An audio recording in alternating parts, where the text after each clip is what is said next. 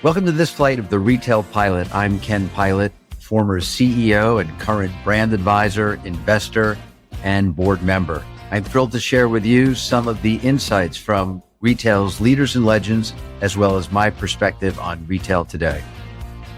This podcast is sponsored by the following. Want to drive more traffic and conversions on your e-commerce site? Brands that use video see 41% more traffic from search engines. And that's just the start. Meet Firework, the leader in AI-powered video commerce. Trusted by brands like L'Oreal and Unilever, Firework turns any page into an immersive, shoppable experience. From pre-recorded long-form content to short-form and everything in between. With Firework, you can easily integrate social media videos into your product pages and run pre-recorded digital showrooms with shoppable content. Plus, Firework offers AI-powered virtual assistants to personalize shopper experience and drive higher conversion. That's why I'm an investor and advisor. Learn more at firework.com. Welcome back to the Retail Pilot. My guest today is Brieane Olson, the CEO of PacSun, a leading youth fashion retailer, a position she assumed in June 2023 after serving as president since 2021. With over 20 years of retail experience, Bree has driven PacSun's brand evolution through digital-first, Gen Z-focused strategies and bold collaborations with icons like the Jenner sisters. She joined PacSun in 2006 and advanced through leadership roles, including Chief Brand Officer and Chief Merchandising Officer. A UC Berkeley graduate and alumni of Harvard Business School's Advanced Management Program, Olson has led innovations in cryptocurrency payments and virtual retail. She serves on the boards of Women in Retail Leadership and Design Thinking for UC schools. Olson lives in Newport Beach, California, with her 2 children. My co-pilot on today's podcast is my good friend and no stranger to Bree, Melissa Gonzalez, the founder of the Lioness Group, which has developed over 200 pop-up and retail spaces nationwide since 2009. Formerly in finance, Melissa has helped brands like Marc Jacobs, Estee Lauder, and Nordstrom innovate in physical retail. She's an award-winning strategist and author of The Pop-Up Paradigm and the forthcoming The Purpose Pivot. Recognized among retail's most influential women, Gonzalez currently serves as principal at MG2, which was recently acquired by Colliers, and frequently speaks on experiential retail's future. Bree and Melissa, welcome to the Retail Pilot. It's great to have you. Thanks so much for having us. Yeah, I'm excited to be your co-pilot today, Ken. Melissa, it's so good to have you as my co-pilot. How did the two of you meet? Oh, how did we meet? Oh, Yeah. yes. This is a good question. I feel like just like swirls of women networks that brought us together between, I think we first met through Sheena Butler-Young, and I went to an amazing event you did at the Met, and then kind of re-engaging through Women in Retail. And so we just keep intertwining. Yes, crossing paths along the way. All these women's groups that I can't get involved with. I thought you would have brought up Stacey Burns because she's like in charge of the women's groups. That too. But you're always like the adjacent. Yeah, I'm just next door, right? Just missed. Okay. Well, Bree, thanks for joining us.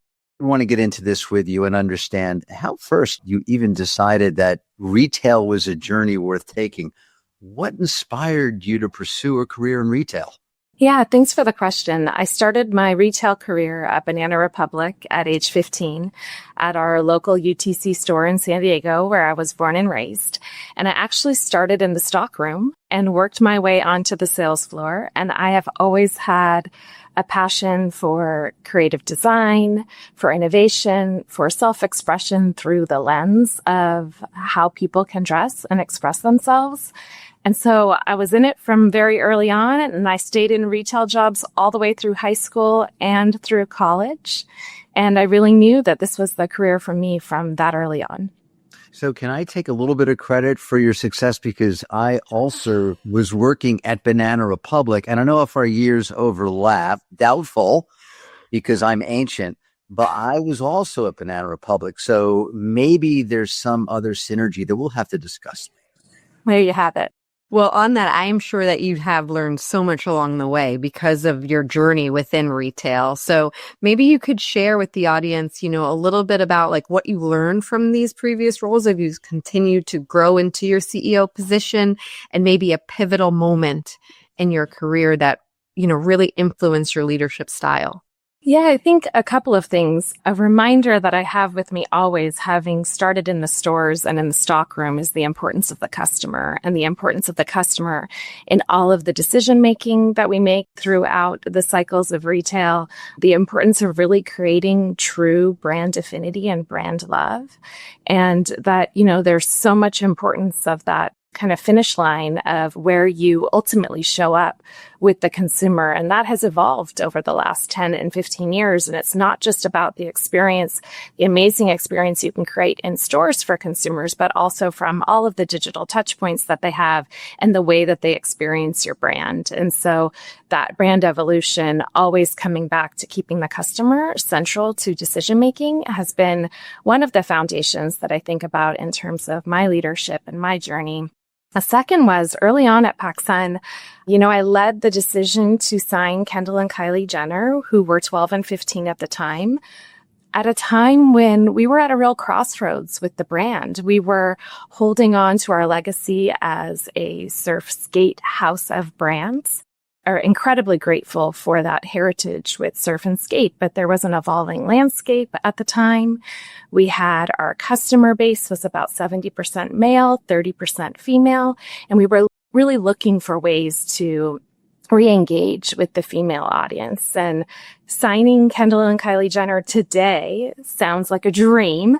At the time, it was actually highly controversial within our company, and especially from, I would say, a more siloed organization at the time between men's and women's, and less collaboration and less kind of brand relationships and partnerships that reached across kind of both sides.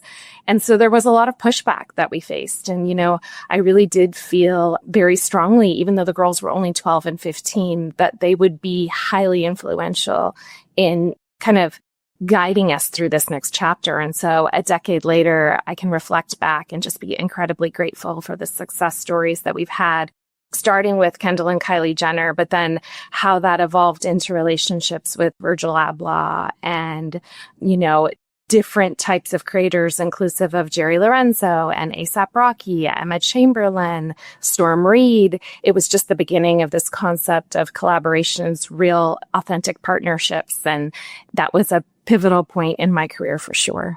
I'm sure the Jenners are very appreciative of what you did for their career, because I don't know where they'd be without you, Brieane. That's a cool story. I love that. Yeah. That's great. So what your time at early time at PacSun, was there a mentor or someone that was helping shape your career, looking out for you, or that you just looked to for answers? I think there were a lot of changes in leadership when I was at PacSun for the first 5 years. And about at the 10-year mark, a gentleman named Jim Gulmy came in as interim CEO, and he had only ever served as CFO of very large Nasco for over 25 years. And he came in with such a fresh perspective, and it was incredibly grounding.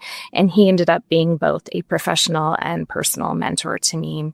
I really appreciate his guidance and the way he approached things and the high level of transparency in which he operated and kindness. And so I would say, in reflecting back on my 18 years at PacSun, Jim certainly played a very pivotal role in my leadership development and preparing me for the CEO seat.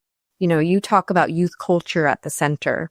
And so can you talk to us a little bit about how does PacSun stay attuned to the rapidly shifting trends? You obviously had a visionary approach when you helped, bring in Kylie Jenner and into this, but how are you staying attuned to that ever-changing dynamic, the values of youth culture, and then how do these insights shape your business decisions? And maybe starting with, how do you define youth culture? Yeah, our organization and our brand really are at the heart of youth culture. And we think about it in terms of building community at the intersection of sports, the arts, music, and fashion. So those are the 4 pillars that we really stand for at PacSun. And our goal, our overall goal, is to inspire the next generation of youth to create a better world. And so it is a real shift, a pivotal shift that we've taken over the last 3 years to shift to a purpose-focused organization. And in doing so, it's incredibly important to put the youth at the center of every conversation. And the only way to do that is to really give them equal access and a voice. So they are co-creating our brand alongside us. It is absolutely a model of co-creation. We are building communities alongside them. We bring in their voices, whether it is in our actual campaigns as photographers, stylists, to come and not only for us to mentor them, for them to mentor us. It is absolutely kind of this two-way dialogue, and we get information and feedback on Discord or Reddit, and we host those communities. We host bi-monthly trend sessions with consumers across the country. And I think social listening is another really easy access point that not all brands tap into. But, you can put something out and put a poll on IG, or you can start a conversation on TikTok or Discord and get live feedback from your community, which is just an invaluable resource in terms of charting the future of the brand alongside the consumer. I mean, I love the always learning mentality, and it is a group that I think will give if you give them a platform to speak.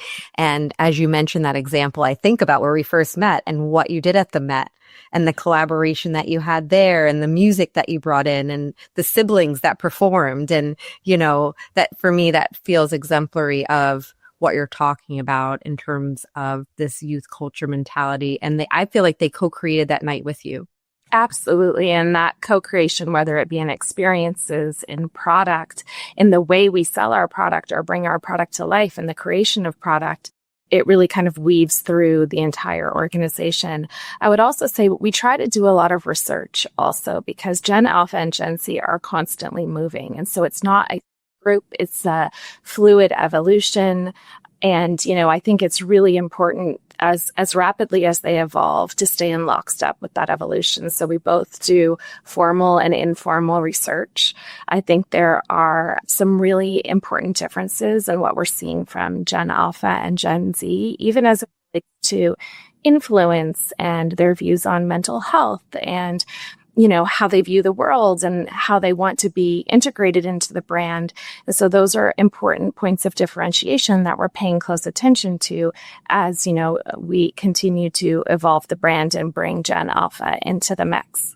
Brieane, along those lines, talk a little bit about the importance of music to your customer and also showing up where she is. And I say she because I assume that PacSun's gone through a bit of a gender change over time, where maybe it was 70% skateboarders. I now am pretty confident that women are in charge. And that's kind of the way my life is, but I'm sure that's the way life is at PacSun. But you like to, you talk about events and where you show up to meet her, festivals, the importance of festivals. So music and festivals, I'm sure that consumes a lot of your time. It leads to collaborations. Take us through the thought behind both. Yeah, so music is absolutely one of PacSun's core brand pillars along fashion, art, and sport, and it's increasingly an important one. And I would say over the last decade, we've been in and out of major music collaborations, whether it's with Willow Smith, who performed in our downtown LA store for the launch of Color, or whether it be A$AP Rocky, who served as our artistic guest creative director. We have had kind of these moments where different artists participated in different ways, creating a really important halo for the brand. But we're definitely looking to engage in music on a daily moment with our consumer, because music drives culture. It drives identity. It drives emotional connections. There's this affinity that Gen Z and Gen Alpha feel towards music that is so deeply an emotional resonance. And I think when we're looking at those types of opportunities, we're trying to do it in many different lenses. So one is through merchandising and products. So we've had amazing collaborations with product and store with Metro Boomin, Post Malone, Chase B and the NBA, and different examples like that, tailoring capsules that resonate with distinct audiences within PacSun. We're also showing up in a really big way, whether it be organic or strategic partnerships at music festivals. We've seen a huge interest in both Gen Alpha and Gen Z to have those live moments and live events. So whether it was Coachella with our Roadside activation, which was in partnership with TikTok and Super Brand Day, and a live streaming activation and getting them fitted for the festival, or what we recently did last month with GovBall in New York and taking over our downtown LA store and ticket giveaways, but also showing up with a presence at the actual festival and having custom merch that they could only get through PacSun, or what we're doing with Outside Lands, which is launching just next month in San Francisco. Those are all really exciting moments where we're able to show up live and create that continuity and have PacSun show up outside of the store or the digital space in these live moments. Right. I just want to chime in on that too, in co-creation, because you know, it's a through line in a lot of what you're saying. A lot of that feels Gen Z, and I'm just curious, as you're looking forward to Alpha, that's starting to come into that age. You know, what are you thinking about the opportunities of co-creation? Because I think there's such organic co-creators, and because they live their world in Roblox, and like going from digital to physical is so seamless for them. So what are the kinds of things that you're thinking about at PacSun, you know, for that generation? I think the first thing to recognize or acknowledge is that Gen Alpha was born into this digital state, whereas Gen Z adapted into the digital world. And so they navigate it very effortlessly, and they are building worlds and experiences and their own product, to your point, Melissa, on Roblox already and other platforms. And their expectation is that they should have more of a voice in terms of brand creation, co-creation, and they want to be the storytellers. The other really important differentiator is that, for example, celebrity has a smaller impact on their influence, a higher impact are their friends, are their co-creators, are, you know, people that they're meeting on these interactive platforms, but they still yearn for in-person events. And so PacSun has been leaning into what we call the creator economy and social commerce, creating an open platform where it's not the brand choosing who they want to create with, but inviting all of Gen Alpha in and Gen Z to say, hey, participate in being a part of our brand. If you love the PacSun brand, there's no stamp of approval of you're a brand ambassador. It's a everyone is welcome mentality. And we have seen such tremendous success from what I would call, you know, micro creators or people who have perhaps 5,000 followers or less, having huge success because of the highly engaged audience that they have and the algorithms that exist on the platform when you have high engagement, even with low followers, to really kind of propel all of these different points of view and storytelling, which has been such an incredible success story for PacSun. And, you know, on Black Friday in 2023, we actually had a micro creator who had 5,000 followers on TikTok who sold, 5,000 pairs of jeans in the first hour, 13,000 over the Black Friday period. And that created a halo for us for this baggy jean, not only online where we sold on TikTok alone 200,000 pairs of the jeans, but in our stores where kids were rushing to stores because they wanted the viral TikTok jean. And I think it's just a very powerful example of how co-creation is changing the game and changing the landscape and is creating a lot more accessibility for these generations and these consumers to create their own revenue stream, to be a part of the creator economy and to have a voice in brand creation. Bree, are you working with ShopMy to find these co-creators, or are these co-creators literally going direct? They're finding us. So they're going direct. And I think, PacSun operates in a very different model than most retailers. And I acknowledge and recognize what works for others. We don't use any outside agencies. We run all of our paid media in-house. Our brand marketing team runs all of our campaigns. All of that is done in-house, and we are creating this open platform where consumers, our audiences, creators can join us in the storytelling of the brand. So these are truly brand fans versus pay for plays, if you will. That's great. That's amazing. It's amazing when you lean into your loyalist group, right? Think about loyalty and you think about how invested they are in the brand, and you give them an opportunity to use their voice and also have the opportunity to earn income, perhaps as a part of that. How powerful it can be. I really do think it's shaping the next version of what the digital economy will look like. And now a quick word from our sponsor. Looking for a 3PL that's truly next level? Cart.com is a 3PL on steroids with nationwide distribution centers and the most advanced AI-driven software solutions from WMS and OMS to TMS, all designed to streamline your entire delivery process. With Cart.com, you get a fully integrated commerce platform that unifies your operations, data, and customer experience all in one place. Their platform combines physical distribution with cutting-edge AI, empowering retailers to scale faster and more efficiently. Whether you're D2C, B2B, or omni-channel, Cart.com connects your tech stack, simplifies your logistics, and powers your growth from click to customer, enabling distribution for Janie and Jack, Portland Leather Goods, Tom's, and many more. Cart.com. Today's podcast is also brought to you by Simulate. Search has changed. Today, shoppers don't type keywords, they ask questions. Full sentences, 35 words on average. Legacy search engines can't keep up, but Simulate can. Simulate's the first AI-native commerce platform powered by Commerce GPT, built to understand intent, not just match words. That means smarter results, fewer dead ends, and higher conversions automatically. Visit Simulate AI, that's with a C, Simulate with a C, to see how context-aware AI is reshaping commerce in-store and online. We're back. Let's talk now about social commerce, as I think we've talked about everything leading up to that, and you've intimated social commerce. Obviously, it's a big part of what you do with TikTok and IG. I guess that stands for Instagram.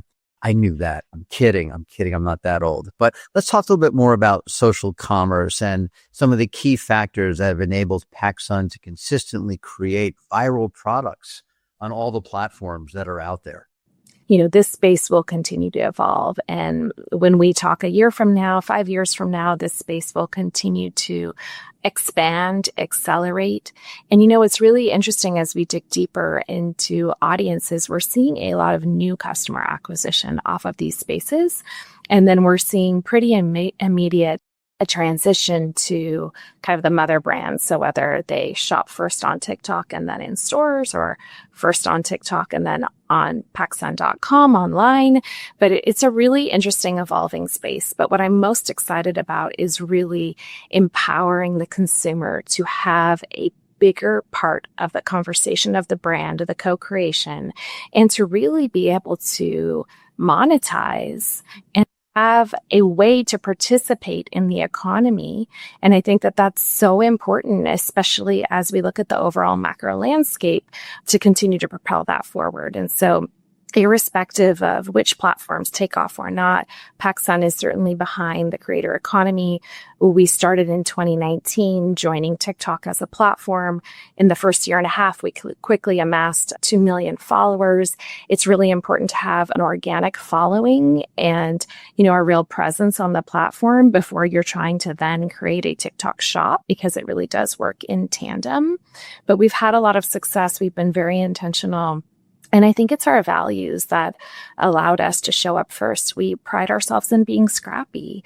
We pride ourselves in innovation, even if that means you're fast failing along the way. Those are learnings, and having that mindset of constantly moving and constantly ensuring that we're showing up where our customer is expressing interest. So whether that was our early efforts in the metaverse and Roblox, whether that's why we got on TikTok early and believed it could be more than a dance platform and took bets to say, let's grow this following. Let's engage our audiences because we believe it will be the next commerce platform. These, of course, are ideas today that seem very obvious. But at the time, there were very differing points of view, and brands were choosing to not participate in those platforms or on those ways. Yeah, and now everybody's deciding if they should go to Substack. So it's like an ever-changing environment, right? How do you study and keep up with all of this and know that it's time to dive in and take that bet? Recently joined Substack. So our first post was last Friday, and Okay. I think I love writing, and I think there's different ways that you can show up in that space and different stories you can tell. And the more places you have unique ways to connect with the consumer and storytell the brand makes it much more interesting. And you're creating kind of this web of intricacy of brand stories. And maybe you give behind the scenes store unboxings on TikTok and on IG. You're sharing behind the scenes on campaigns, and on Substack, you're, sharing leadership views from inside PacSun's headquarters. But I think that the opportunity to engage is the most exciting thing about the future. Yeah. Brieane, I want to go back and talk a little bit more about what's happening on TikTok or Reels or where you're showing video being so important, especially to your customer. I mean, that all sounds good, but it's also not a place where you're going to garner much first-party data. How are you leveraging video and the importance of video on your site to create the same theater, the energy that your customer is looking for? Well, AI is creating a lot of seamless opportunities for brands to show up with video content that is really being created in seconds and what would have taken us hours to create. And so I think we acknowledge and recognize the power of video. We recognize the power of video in commerce and social selling, how it needs to integrate into the site, how it needs to integrate into experiences, and the ability also to kind of co-create videos like you're doing on TikTok alongside the consumer. So I think video is a huge opportunity, and I do believe AI is powering that opportunity at a much more rapid rate. And so those are things that we are exploring. Those are things that we are implementing, and it just continues to evolve. As soon as you've got one AI, acceleration tool for marketing plugged in, there's 100 more, waiting in the wings that you're still exploring. And, you've got to also fast fail on these. There's, you've got to try, like our mentality is, do a POC, proof of concept, quickly learn, adapt, and then move on to next, because you want to be in that constant cycle of evolution and really keeping the customer and what they, choose or desire to experience the core, because you can quickly get overwhelmed by how much there is happening in this space as well. Well, I have to give a shout out to my good friend, your CTO, Shirley Gao, because not only is she so on top of tech, but she's such a great gatekeeper, communicator. And what you said before, let's try it, see how it works. If it works, we'll use it. If not, you're out. But I think probably one of the benefits of coming off some financial challenges, which PacSun did, is you probably never built an army of engineers, whereas a lot of legacy companies do, and that leads to them building versus buying and trying. And you're in the latter category. So you're able to go out and look for best in class, best in breed platforms, try them, POC them, and see what works and see what sticks. And I think that that's really, from my perspective, helping PacSun advance quickly.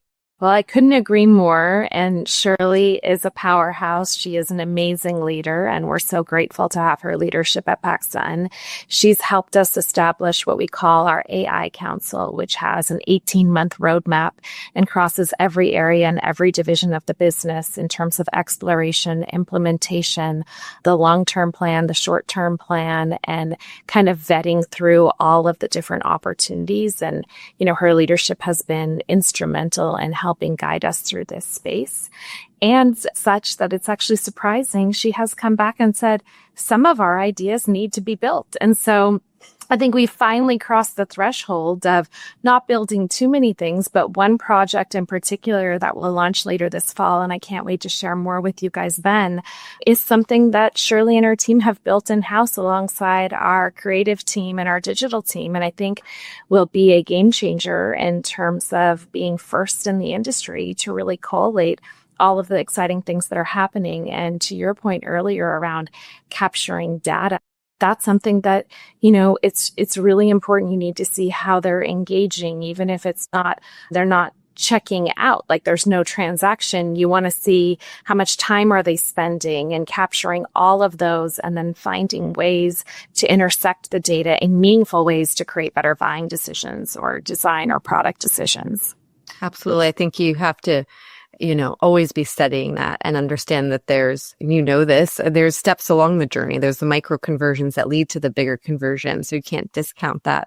We're going to say something, Ken, because I had a question. Yeah, I get a strong sense of a good partnership, a product-led CEO that really understands the value and the importance of technology. And I think this balance is really helping give rise to the resurgence of the brand. And I give a lot of credit to you for realizing that it's more than just the product. Though without the product, I don't care how good your tech is. If you don't have the right product, it doesn't matter. But then once you get the right product, how fast can you accelerate the company?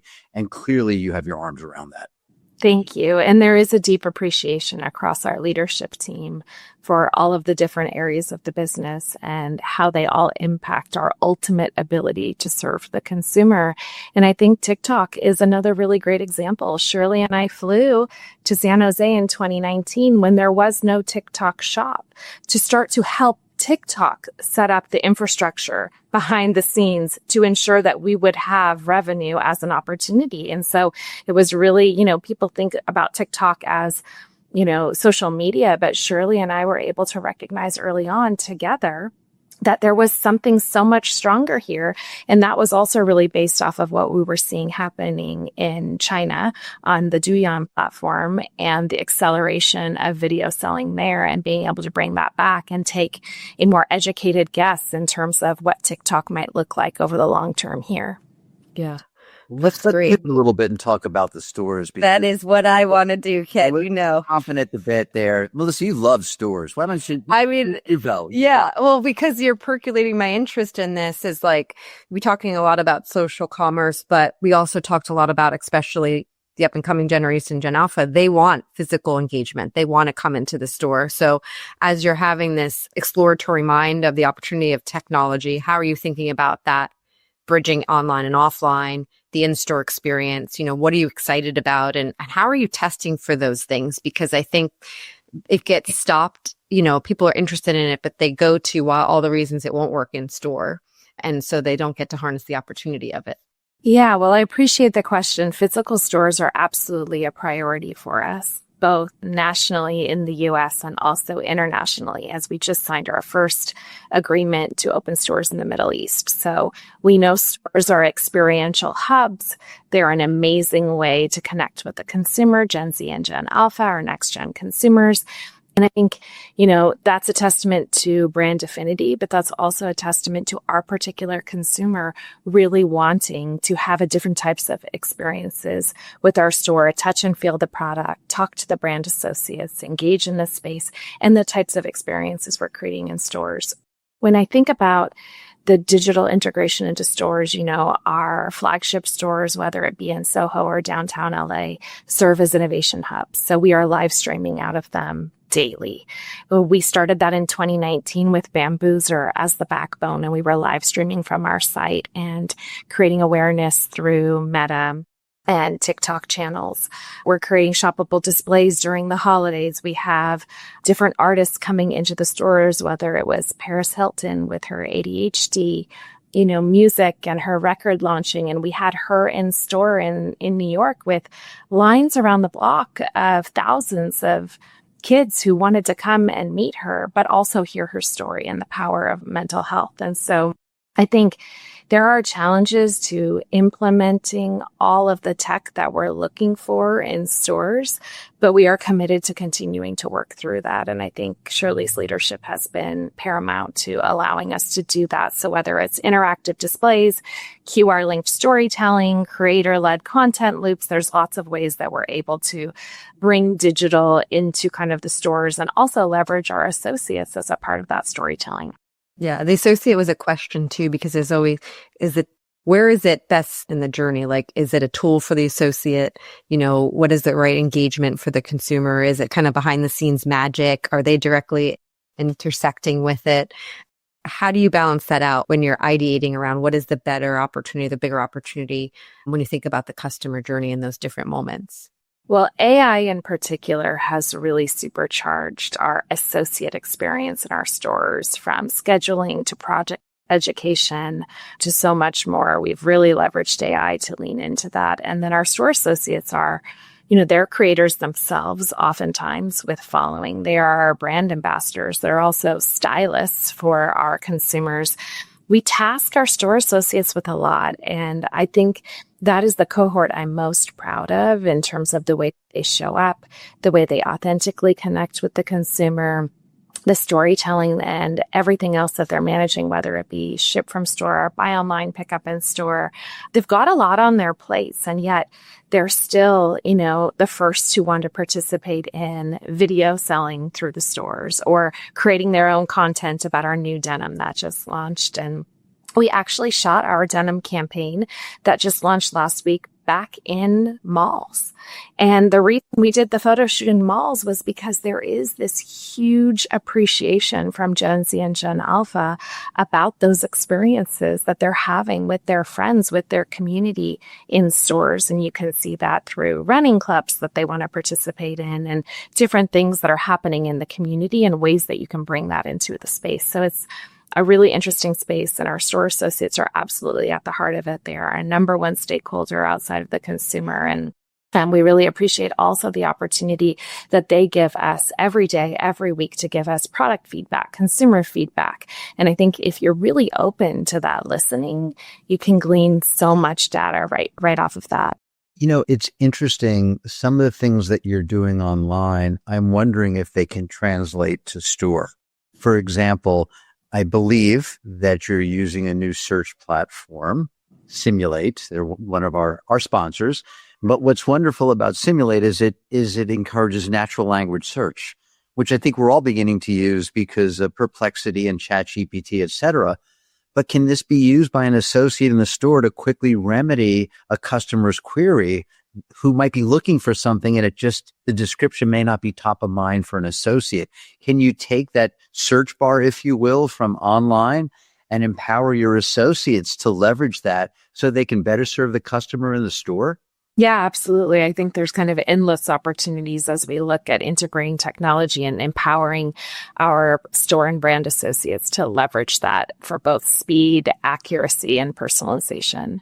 I've even seen online just the wardrobing that you're doing too, event or occasion based, and your work with Curated for You, another great young AI driven company, but they problem solve. Like, I don't know what I want, but I know where I'm going. I'm going to a summer wedding. What do I wear? There's a summer wedding occasion bubble. You click that and here's what to wear. And all of a sudden you're off and shopping in the store. So I'm always looking to see the real practical applications of some of the things that brands are doing so well online and how they can be brought into stores, because stores are still 70% of the business. Yeah, absolutely. And I think the opportunity will continue to accelerate those learnings from digital into stores and other spaces and experiences, or, like all of the ways that we show up. We'll have that integration and we can glean those learnings and also have more data. Let's pivot to the last part of our conversation on leadership. Just a couple of questions, because clearly you're demonstrating just with us today, and listen, I know this to be true beyond what we're hearing today, but your leadership skills, and just would like to dive a little bit deeper to understand more about your leadership philosophy and how it's evolved over time. It's definitely evolved over time. It's also evolved alongside my focus shifting from solely product to product operational technology. And as you take on and lead multiple departments and eventually the organization and the brand, I think there's an adaptation of leadership style. And the first thing that's really important to me is to be purpose-led. And I think having purpose, both internal, external, also intrinsically personal and professional, is what powers people forward. And so being a purpose-led leader, I think, has shifted the dynamic and certainly is one of the ways that I define my leadership. Also having a very strong vision, clarity, and alignment from the team. Empowering my team is incredibly important. I know it might sound shocking as a former merchant, but our chief merchant hosts and holds and makes all product decisions. So I do not sit in product meetings. This is his team. I empower and trust those teams to make the best decisions for the organizations. And we have really phenomenal results as a testament to that. So I think empowering people, creating a culture of trust, leading with kindness and empathy, which, traditionally aren't words associated with strong leadership skills, are incredibly important. When people feel, that belief in them, they tend to work even harder and their performance really drives improved results. And always going back to our mission, I think all of our leadership team and our brand associates, we're all so focused on inspiring the next generation of youth. And that is both exciting and it's also a huge responsibility. And so we take social responsibility as a huge part of our corporate responsibility. And that has led to partnerships like what we have with Selena Gomez and the Rare Denim Ed, which gives back to mental youth health advocacy with every purchase, or the $5 million donation and growing with the Los Angeles Rams to give clean clothing to inner city Inglewood schools. Those really are moments that kind of define our overall vision, brand purpose, and my leadership, because in the end, we want to continue to give back to our community, to always keep our customer right alongside us in terms of this model of co-creation. And I lead in a highly collaborative environment. And so want to lean in not only with your team, but with the customer and your communities to ensure that you're propelling the brand forward in the best possible way.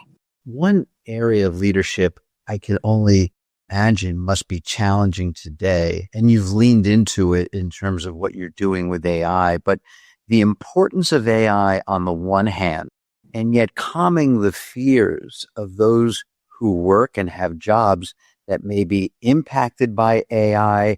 How secure is their job? How do you balance the importance of AI and what it will do for the company and continued opportunity for those who work at the company? So first, you want to create a mindset that isn't rooted in fear, but is rooted in opportunity. And PacSun is very grateful to be at a pivotal moment where we're experiencing tremendous growth. And so I think reassuring people that there are opportunities to upskill into different roles in the organization, to view AI, and this is also Shirley's philosophy, which I share, as human capital and AI are most powerful when used together. And so for sure, there could be some areas where there is job replacement, but how is your efficacy of your role improved? And what are you able to do, to further advance the company if you're able to be more efficient through the use of AI? And so I think having very transparent conversations, also having this 18-month roadmap, I think also allows people to feel like we're testing, we're learning, we're leaning in, and they're learning along the way. And just an overall mentality of curiosity and creating a organization and a culture that's curious, because you're curious to learn more and you're not afraid to participate in the technology evolution, but you are a part of it because it is happening and it's happening at rapid pace. And that's how we stay ahead. And it's starting to be part of school curriculum. So, right, those coming out of school are going to have that opportunity. And on the flip side, I think there's going to be, how do we make sure that those who grow up with the tools remember that they need a foundational knowledge as well, to your point, that you need the human capital as well to make sure that they're understanding how to use the tool, how to get the best out of the tool, that it's quality, So it's going to be, I think, an opportunity for those that are just learning it to educate each other, right, along the way. And there's an amazing book called Co-Intelligence, authored by Ethan Moloch. But I think it's a short read, but it's incredibly inspiring. And I've gifted it to all of our leadership team. And I encourage people to lean in and read it, because it really is capturing the essence of that continual learning, but also that the intelligence from AI is most powerful when coupled with human knowledge. And so the two together can work as an engine. So if you start to think about it as an opportunity to have a coach next to you all the time, as opposed to having fear when you're engaging in the AI world, I think it's been really instrumental.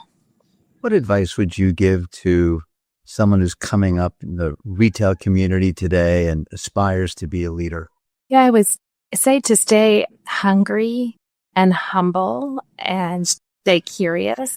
I'm a big believer in educating yourself, whether that's spending more time in stores, whether that's constantly reading, and whether you're reading on Substack or you're reading books, irregardless, that constant sense of we are all works in progress and we are not complete. And so you want to continue to educate yourself on things you're curious about. I would also, really highly encourage the younger generation to ask questions, engage, and to lean into mentorship. One of the issues that I see with some of the hybrid models that even we have in our office today is that, there's less time for that highly personalized engagement and the opportunity to learn just by being in that meeting. If you're not invited into the Zoom call, how can you learn and absorb the information, and not having those opportunities to ask questions? And I think curiosity and that ability to continually be a learner are two things that forward irregardless of your aspirations. It's funny you mentioned that. Sometimes the best conversations are the 5 minutes after the meeting that happens when you walk out of the meeting.